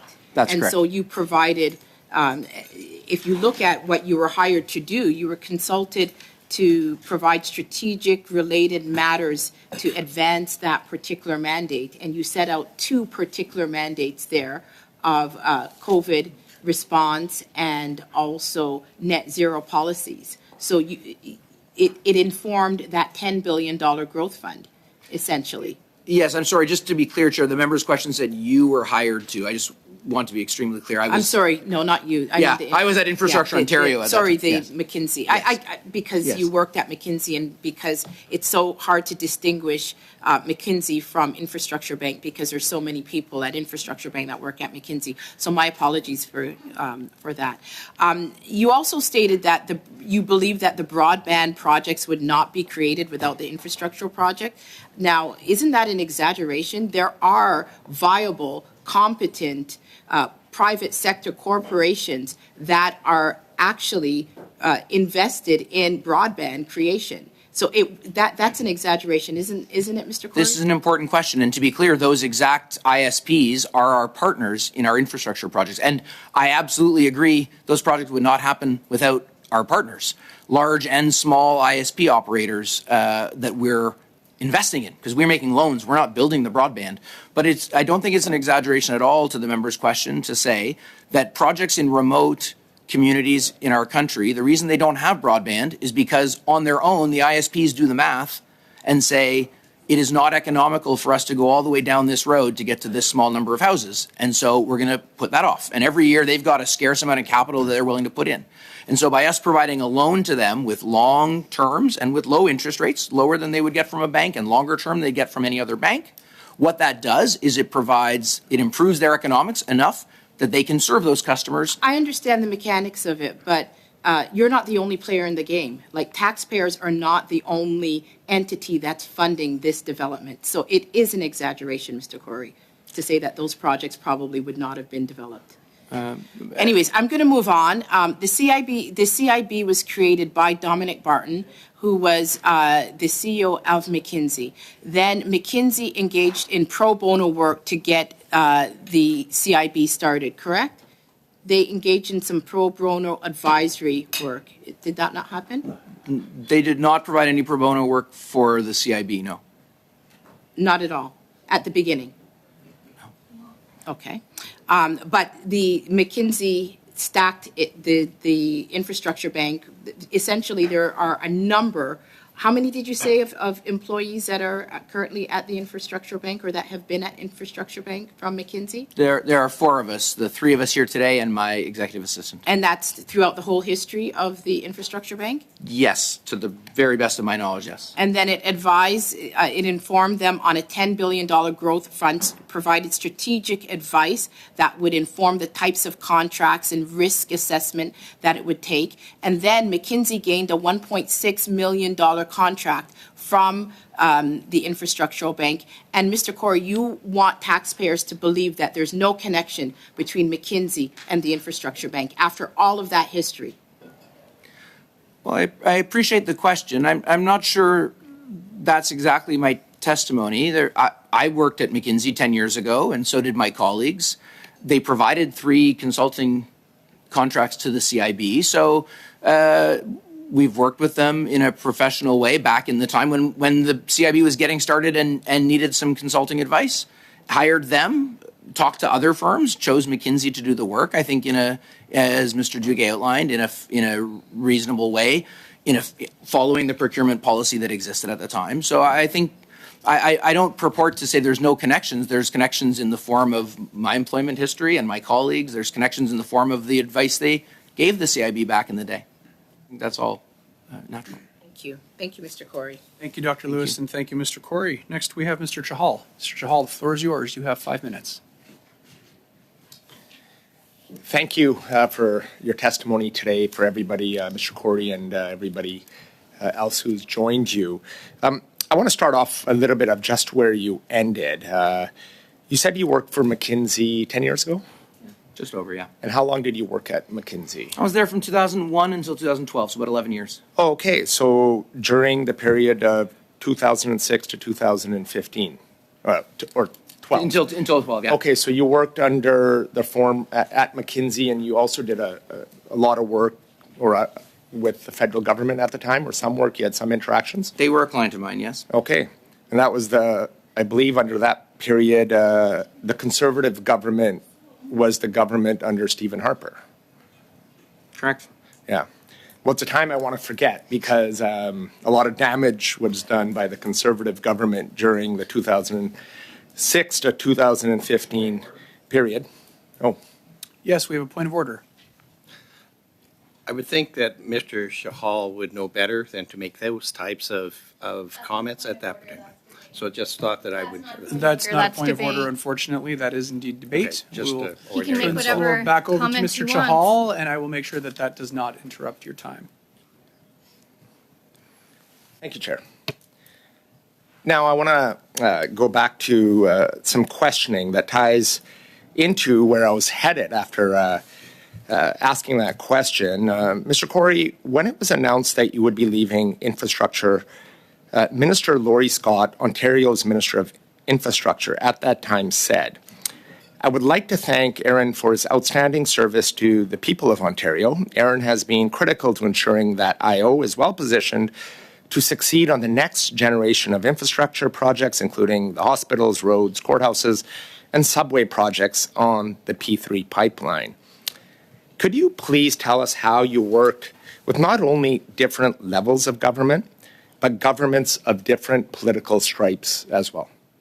Thank you. I appreciate the question. And so I think the important context for this discussion is why I ended up at the CIB or at Infrastructure Ontario. And I never pretend to speak for others, but I know both Mr. Jaswal and Robbins would echo this.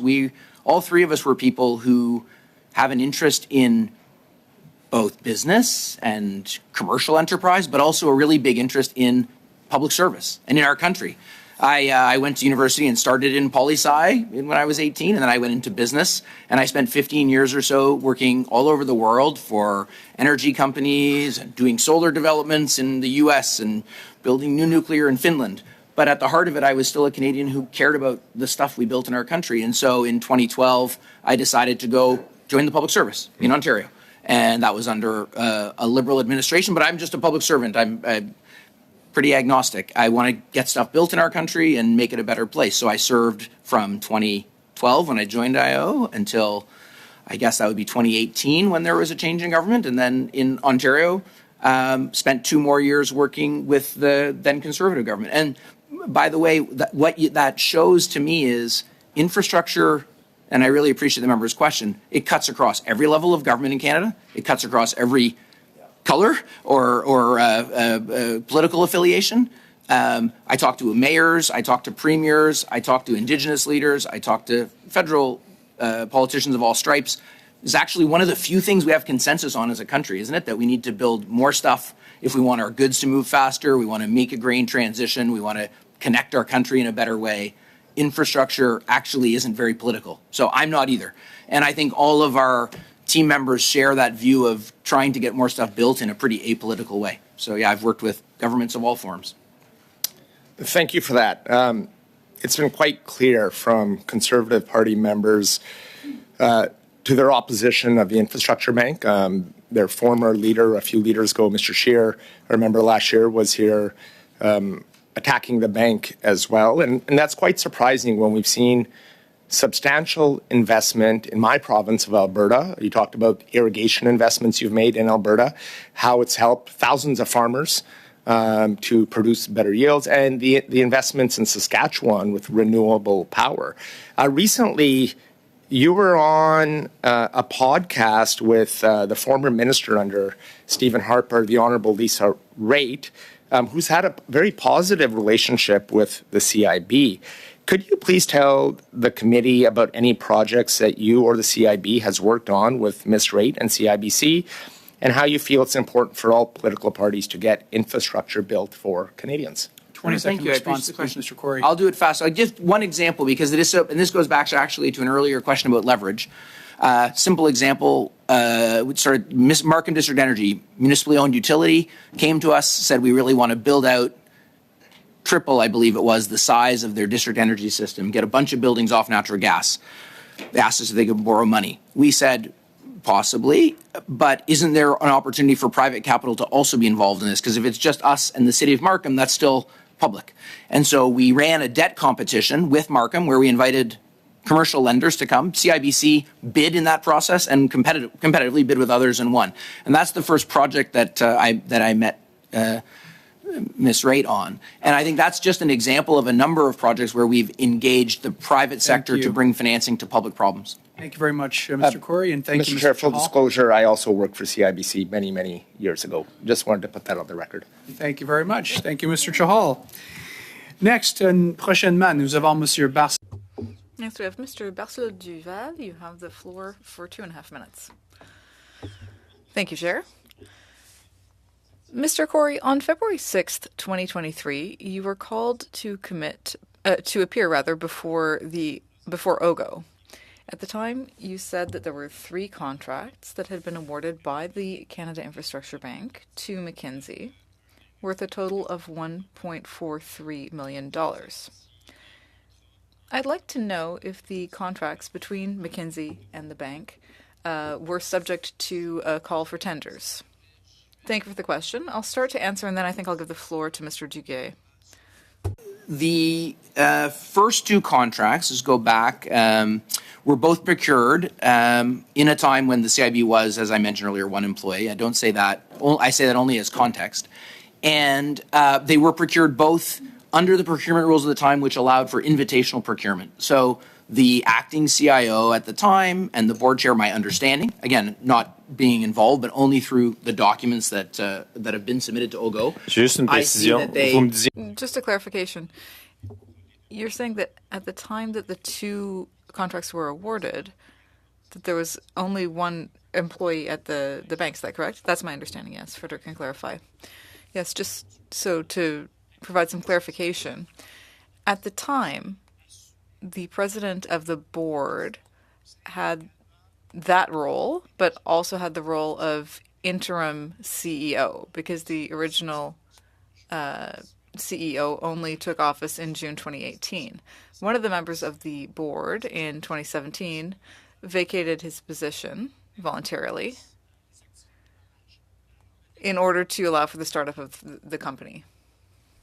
Mais il n'y a pas eu d'appel d'offres. But there was no request for proposal. Process where they went out and spoke to a number of consulting firms, is my understanding of the materials, and you may have a chance to speak with them at some point, I understand, and talk to them about this. But from what I understand, to the member's question, they spoke to a number of firms about their credentials, about how they would approach the work, and they hired McKinsey. There was not votre question sur la question d'un appel. Concerning your question of the RFP. And a formal bidding process. It was invitational, and it was based on discussions with a few different firms. OK. Donc, Okay, so unfortunately we're out of time, Mr. Vassalo-Duval. Next, we have Mr. Bachrach. Mr. Bachrach, the floor is yours. You have 2.5 minutes. Thank you, Mr. Chair. I'd like to ask a couple questions about conflict of interest. Now, I wonder, Mr. Corey, if it would be reasonable for the public to perceive a conflict if a person was on the advisory council responsible for informing the development of the Canada Infrastructure Bank and also heading up a proponent that was coming to the bank looking for an investment in, say, a public transit project. Is it reasonable for the public? Do you understand why the public might perceive a conflict there? Thank you for the question. I think it's, as a public institution, and as in a mentioned in a previous question, I've now spent more than a decade in and leading public sector institutions. Procurement fairness, diligence in procurement is always, both fairness, actual, perceived, incredibly important. And we take it super seriously. I agree. I ran IO. But to be clear, was Michael Sabia both on the advisory council and heading up the pension fund that was seeking an investment in the REM project in Montreal at the same time? Or was it subsequent to that he was, like 2017, was he still on the advisory council? I actually don't. We can ask him. He's going to arrive here because I understand that council members were required to sign a document pledging to act only in the public interest. And from the document, it says, members are reminded that they should avoid any real, apparent, or perceived conflict of interest. So would Michael Sabia, as a member of the advisory council, have signed that document? I'm sorry, to the member's question, I have no knowledge. Okay, well, I look forward to asking him that question. What policies does the CIB currently have to avoid perceived conflict between the advisory council, the bank's board, and proponents that come to the bank looking for investments? What firewalls are in place? Thank you for the question, and I'll maybe ask Mr. Duguay to speak to this. I will only say this. One, board members are all governed by code of conduct. They're all governed in council appointments, and they are governed by the Government of Canada's conflict of interest policy. And all of our employees sign a code of conduct, which includes conflict of interest policies, both real and perceived. They attest to it annually, and we take that really seriously. Maybe Mr. Jay can add a few words. The only thing I would add, Mr. Chair, as stated by Mr. Corey, so all of our directors are subject to the Conflict of Interest Act, so they are subject to those duties. At the CIB, we take the management of conflicts with respect to any personal relationships or professional affiliations of any director that they may have very seriously. We provide a project list in advance of every board meeting for directors to proactively identify any projects or any counterparties that are associated with respect to any project, to declare a conflict. If a conflict is declared, no materials are provided to directors, and they recuse themselves from discussion and voting. Thank you very much, Mr. Duguay, and thank you, Mr. Bachrach. Next, we have Mr. Muse. Mr. Muse, the floor is yours. You have 5 minutes. Thank you, Mr. Chair. And thank you to the witnesses, and feel free for those that are virtual to chime in to any of these questions, because it seems most discussions happening in the room. So, maybe you can describe sort of the internal audit processes that you have at the CIB for these sorts of contracts. Sure. Thank you for the question. So we do have an internal audit function in which Monsieur Duguay leads on our behalf. So I will definitely have him comment in a moment. But to answer your question, two things. One, we have financial auditors, so we have audited, our financial statements are audited, and we have third-party review of all of our financials. But we also do have an internal audit function. It's a third party who conduct audits on our practices, including our procurement policy, just to give one example, where they would come in and conduct an audit and make sure that it's has all of the appropriate controls, that it addresses the question of the previous member around conflict of interest, and that it meets generally accepted best practices. Yeah, the only thing I would add, as Mr. Corey says, the internal auditors on an annual basis develop a risk-based audit plan that is informed and approved by the Finance and Audit Committee of the board. And that risk-based audit plan is informed by the highest areas of risk with respect to not only governance, but compliance. And compliance with policies, is including procurement, is included as part of that annual audit plan. And so you referenced third party, are there any additional external audits that are done? So as a federal Crown corporation, the CIB is subject to annual audits from the Auditor General of Canada. We also have a joint external auditor that is recommended by the board and appointed by the Governing Council, and jointly with the Office of the Auditor General, they audit our annual financial statements. We're also subject to a special examination requirement every 10 years, and this will come shortly. And the bank, as we said earlier, was founded in 2017, and usually a special exam is once every 10 years. So definitely by 2027, there will be a special examination completed. Are you satisfied that the CIB and by extension taxpayers are getting good value for money in these contracts? Sorry, sorry, Mr. Chair, just one clarification. In these contracts? The McKinsey contracts that were... Thank you. Okay, thanks. Thank you for clarifying. Yes, so as Mr. Duguay, I think, outlined in some of his responses, and I would just say briefly, we are satisfied. And I think the early work around both investment criteria, as Mr. Duguay said, as you're getting a place started, creating some guardrails around which investments the CIB would and wouldn't do is incredibly important to get started. And the risk management framework also, I think, they both created really good foundations. We're 5 years on. We've improved, refined, and improved both of those pieces of work, but they were, I think, really important for the time. So you to elaborate from that, you talked about in your opening about, hitting the stride, but it's 6 years on. I mean, are you satisfied with that pace? I mean, 6 years on in the private sector, the business would be dead. Well, thank you. I appreciate the question. And I think it ties back to an earlier discussion we were having about infrastructure and its time frame. So many of our projects that we've invested in are 4 and 5 year construction cycles. The other thing worth noting, when the CIB was created, it was explicitly created not to finance shovel-ready projects, which is often, it's such a buzzword in infrastructure, but truly shovel-worthy but stuck projects. And so I say that only to provide the context that those first few years of identifying challenging projects in our country that would not happen, the broadband, not the broadband that's getting built, because that's happening, but the broadband that isn't getting built, the electricity transmission project that is stuck, and have been some of them for decades, truly decades, meant that the early work of the CIB was very much in cultivating and nurturing those projects to a place they were investable. So yes, I think the progress, it certainly has accelerated, and right now we're really excited about where we're at and looking forward to getting lots more built. The contracts, the 3 contracts or 5 contracts that we're talking about, whether under the old procurement processes or the new revised processes, were they sole source, and what changed between the old process and the new process on that? Right. So of the 3 of them, the first 2 were not. They were done under invitation, but the third was single-sourced. And as we started to outline in our response, I think the reason why is fairly apparent. It was April and May of 2020. It was immediately in the aftermath of the shutdown of certainly the infrastructure world. And given their global expertise in infrastructure, given the first 2 studies they had done in 2018 and their understanding of the investment approach the CIB was taking, they were deemed a natural partner to that work. So that work was single-sourced. Thank you very much, Mr. Corey, and thank you, Mr. Muse. And finally, for today, we have Ms. O'Connell. Ms. O'Connell, the floor is yours. You have 5 minutes. Thank you, Mr. Chair.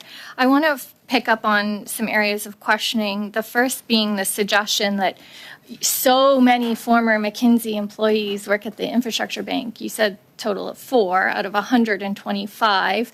And Mr. Corey, you said at OGO when you testified previously, you being one of the former McKinsey connections, although I should note, even in the opening statements of witnesses today speaking about their employment as well as education history, it wasn't a directly, working for McKinsey and then going to Canada Infrastructure Bank. You all had very successful long careers in this field. But with that, when it came to the actual issuing of McKinsey contracts, were any of you there at that time? Any that had any former employment with McKinsey at that time? None of us were, and none of us in the time we've been here have engaged McKinsey for any work.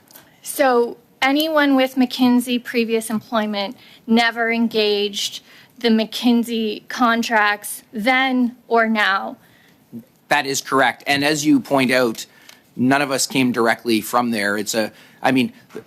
Mr. Robbins, if you listen to his opening statement, you'll note that he can't get rid of me.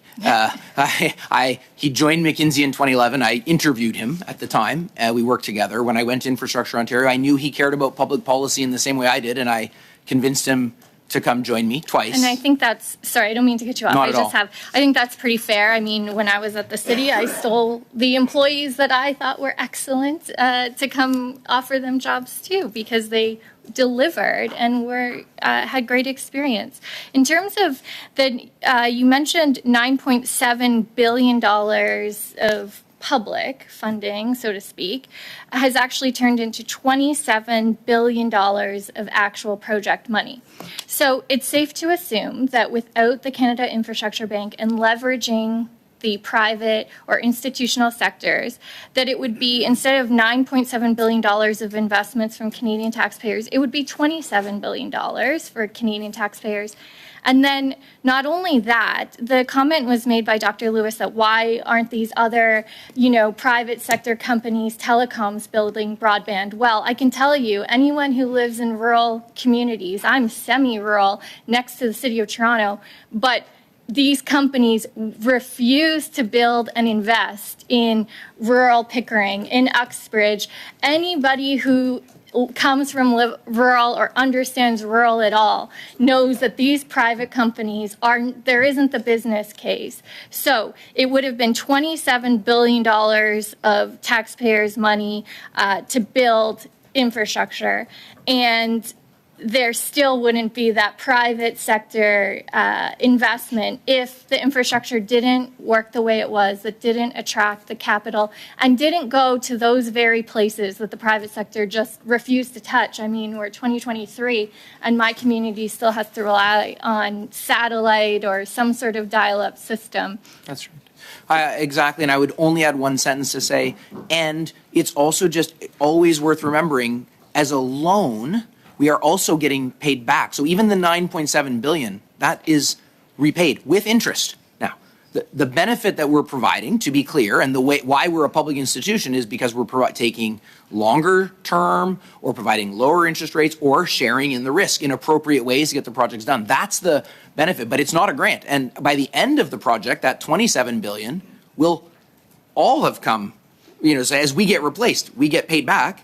That's coming from users of the infrastructure, from other private capital, and you'll go away. When it comes to contracts, and you spoke about they're really specific to the project. So if you have a project on energy, you might have a contract dealing specifically in that space. Now, if you didn't do that, you would have to hire probably hundreds of employees that might sit there who don't engage in every single potential project.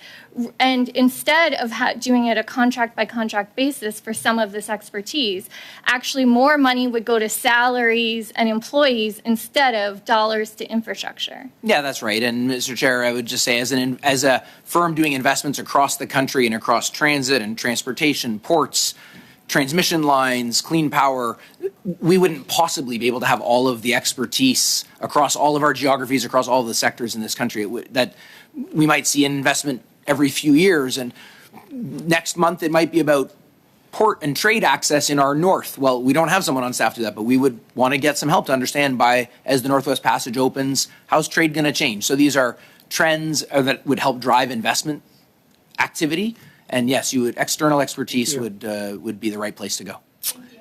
Thank you, Ms. O'Connell, and thank you, Mr. Corey. And on behalf of all members of this committee, I'd like to thank all of our witnesses for appearing before us today. I promised Mr. Bachrach that I would ensure that we formally requested the report, the documents that he had requested on behalf of the committee in a written response. And with that, this meeting is adjourned.